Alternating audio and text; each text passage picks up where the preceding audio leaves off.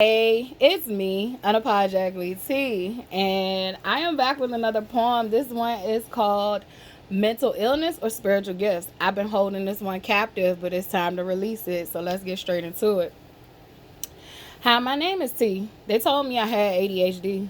Guess what? They were right, but I don't take pills at night. I realized I have a high energy drive. I be needing grounding. Time to go outside. I must release my energy at times or slow down so I can refocus and don't blow a circuit. But if you lose my focus, it's just because I'm not interested or my mind is somewhere else. I went back to the doctor and they told me I had autism. I was like, I know I'm artistic, so where do I fall on the color wheel?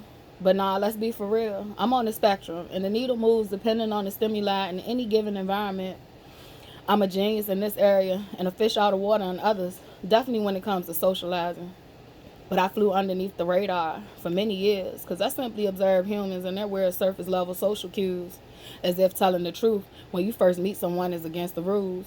You ask me how I'm doing, and I can't tell you I'm having a shit day. It's so confusing. It's clear I'm neurodivergent. My brain don't work the same. I be here, I be there, and I be in outer space most times, not processing nothing like society would want me to. I went back to the doctor. They told me I was bipolar. I felt like, aren't we all? I think because I'm black and I'm angry, I get labeled this the most. But how can I be balanced when the environment is sick? I'm around polar extremes, constantly watching only certain lives matter. Constant microaggression fed to me. But when I blow a fuse, I'm wrong and need help. Seeing babies unalived over who deserves rights to a piece of land that no man owns. I think stability would flee most compassionate souls. You either become desensitized or off-centered. I just need to learn balance in a toxic environment. I went back to the doctor. They told me I was schizophrenic, with a hint of paranoia. What the voices in my head turns out to be God and different spirits. Sometimes telepathy and sometimes lost souls trying to find their way back home by saying their piece to their loved ones. The paranoia are spiritual attacks of all those harboring hatred towards me but don't dare to speak them aloud. So they sneak attack me in other dimensions. They say they can give me meds to make the voices and the images stop.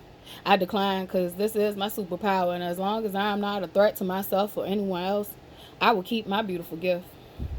I went back to the doctor. They said I had PTSD.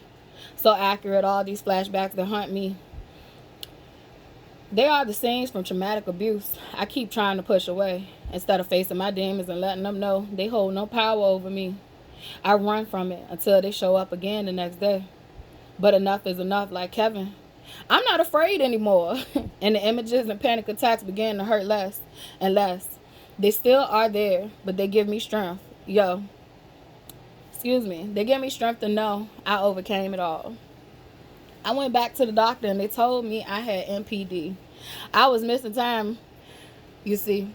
People telling me things I did I can't remember. When things got overwhelming or I just didn't want to deal with it, I'd find somebody else to do it. Whether full body possession or something temporary, I can dip out and let something else take the wheel. I finally realized that I am safe now and I can do this on my own with guidance. So I reclaimed my vessel back and decided to clean up the place. Because some wicked spirits had left a mess, trashing my vessel and my life. I went back to the doctor and they told me I was depressed and anxious. I wanted to do all the things but lacked the motivation.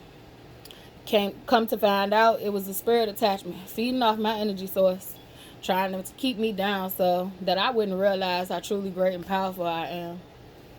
This time I went to the doctor because they wanted me to. My family diagnosed me with psychosis, but ironically the doctor said there was nothing wrong with me besides dealing with a broken family. I lacked support and was surrounded by abuse, but taught it was love. The funny thing is, I was suffering from psychosis because there is a thin line between this realm and all others. God spoke to me.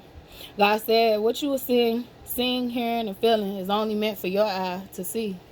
My third eye opening wide, seeing straight through all the illusions I was trained to believe.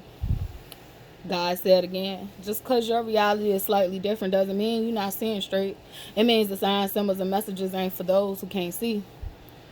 Going to the doctor is important, but so is your connection to self. Mental health and spirituality goes hand in hand, and I have a respect for both.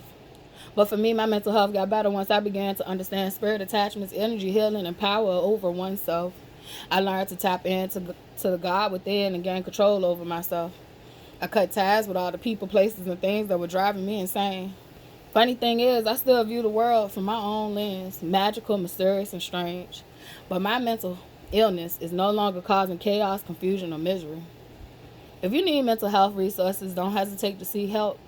If you have tried many things but nothing seems to help, try energy healing. It might lead you to a new doctor, a new therapist, or you may find a whole nother path.